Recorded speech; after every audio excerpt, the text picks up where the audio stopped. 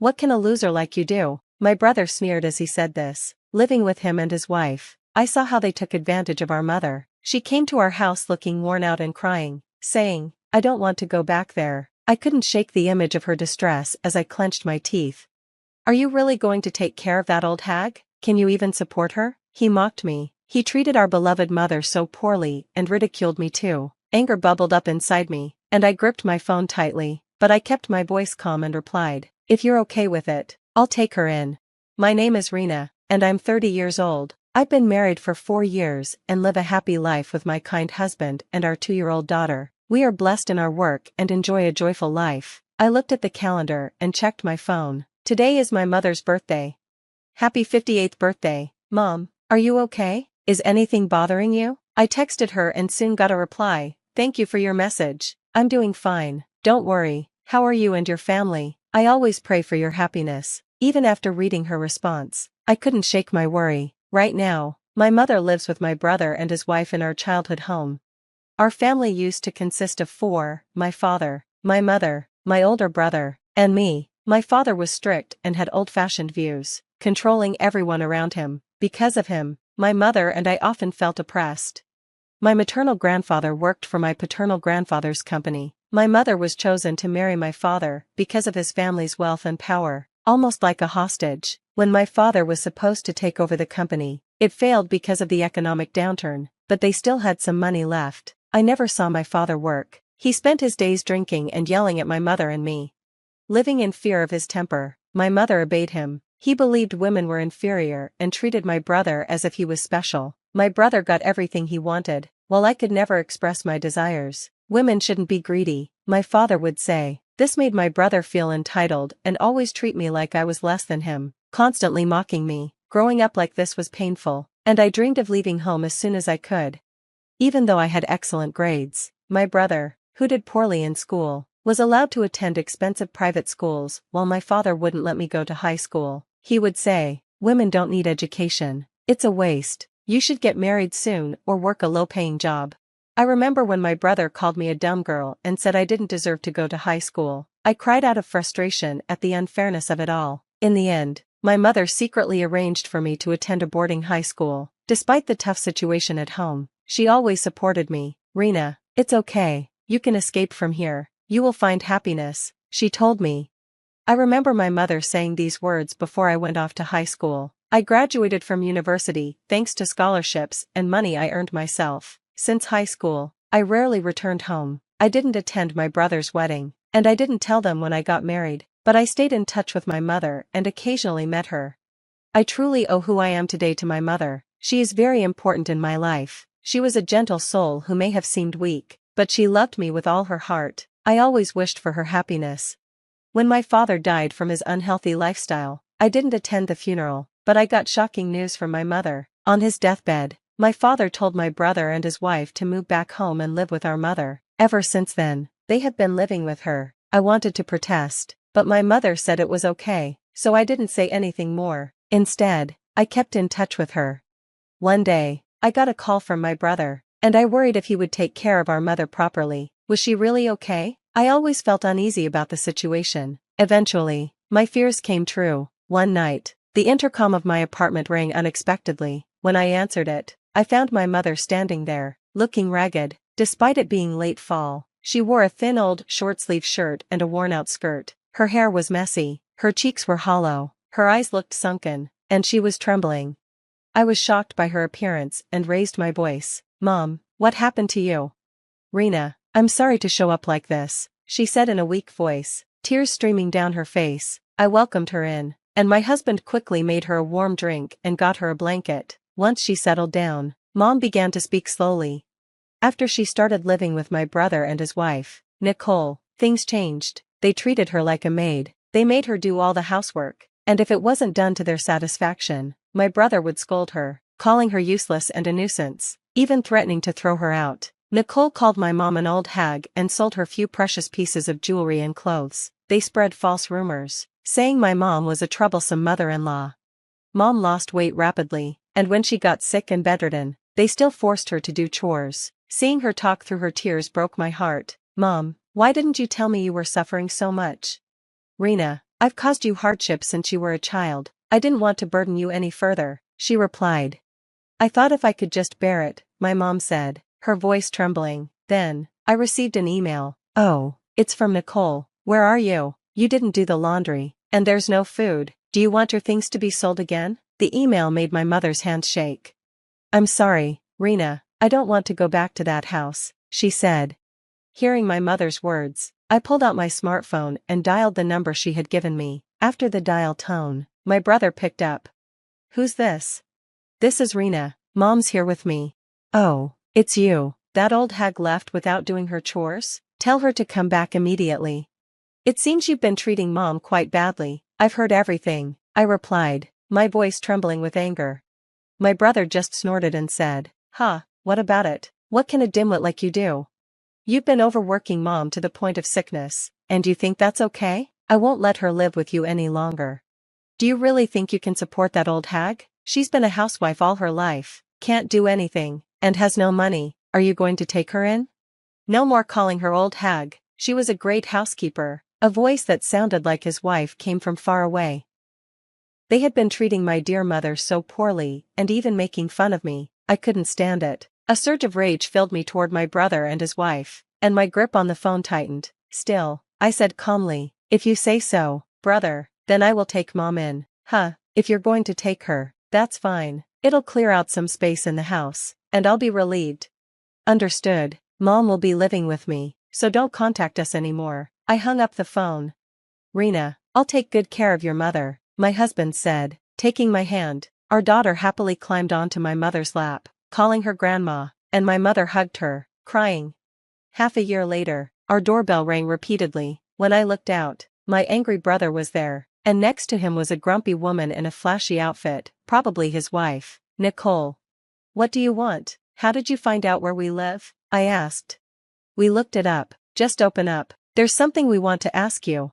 My husband and mother stood by my side. I had my husband take our daughter into another room while my mother and I handled the situation.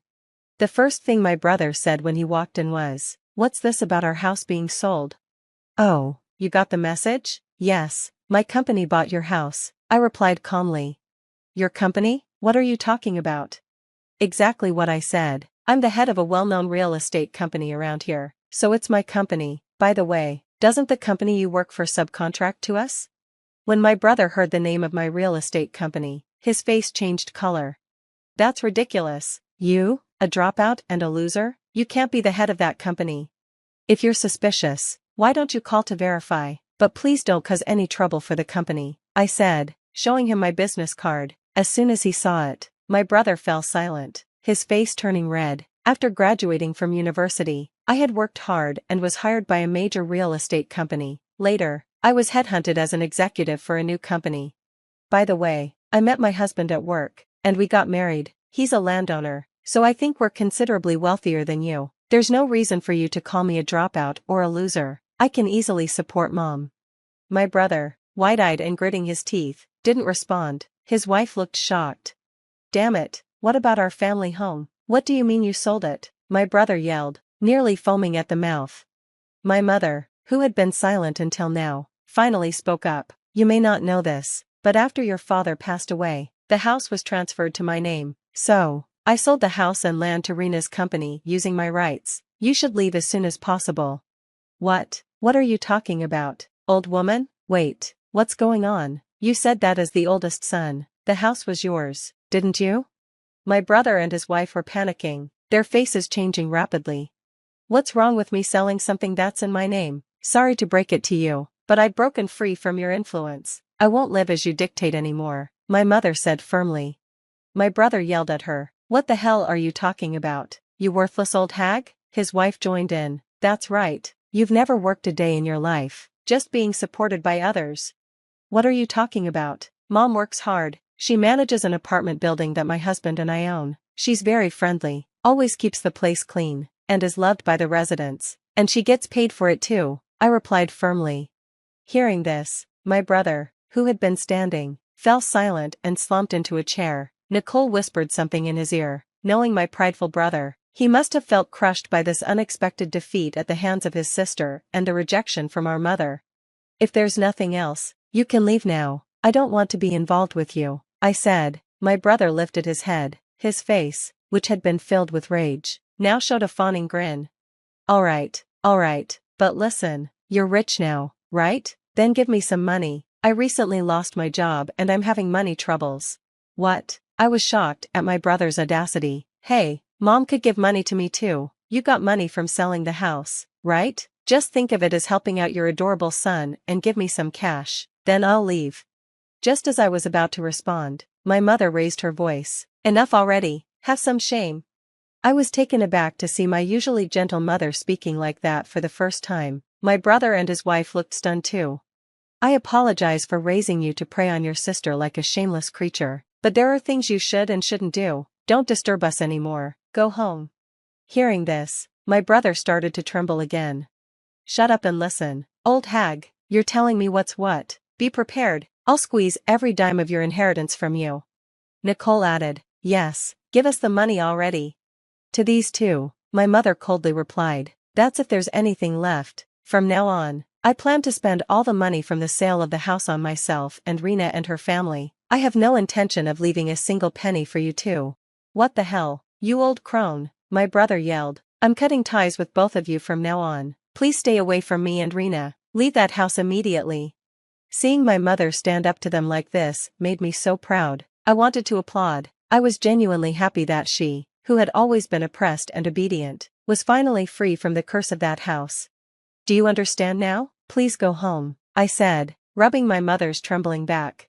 Damn, no, we won't leave. We'll squat in that house until we get the money at least. My brother and his wife glared at us.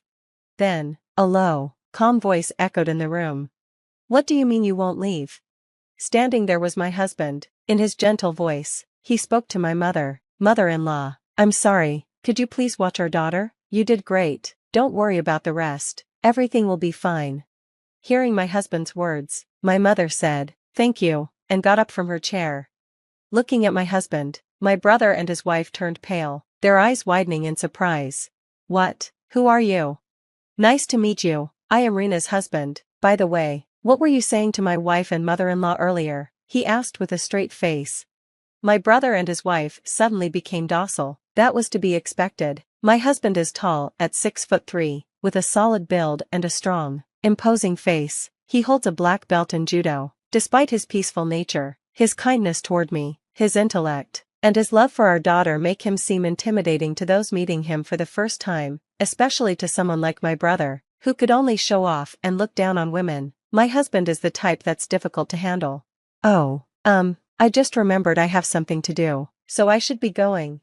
Yes, let's go. My brother and his wife quickly changed their attitude and left. Their retreat was so comical that I had to hold back my laughter. In the quiet house, my husband touched my shoulder and said, you did well, you must be tired. My mother appeared, holding my daughter, her face bright. We embraced each other without saying a word. Fast forward 1 year, my husband, my mother, and I continued to share a harmonious relationship. My mother kept her job as a building superintendent, and compared to that night when she showed up looking worn out, she was now lively and healthy. She adored and took care of my daughter, which was a great help to me. Of course, my daughter adored her grandmother too and often stuck to her. Watching them brought happiness to both my husband and me. As for my brother, believe it or not, he divorced shortly after that incident. He lost his house and his money, and when he showed my husband his pathetic state, Nicole quickly left him. Now, Nicole is trying to remarry through dating, but her nasty nature and ulterior motives for money make it hard for her to find anyone. My brother was kicked out of his family home, jobless, and living alone in a rundown apartment while struggling with part-time jobs. Of course, I have no intention of helping him since he brought this upon himself. My mother and I plan to live without getting involved with him any further. By the way, we are planning to build a large 2-family home soon. We could continue living in the condo my husband owns, but as my mother pointed out, it would get cramped as our daughter grows. Let me use all the money from selling the house, she said, and we gratefully accepted. We chuckled at her enthusiasm and looked forward to living happily together in our new home.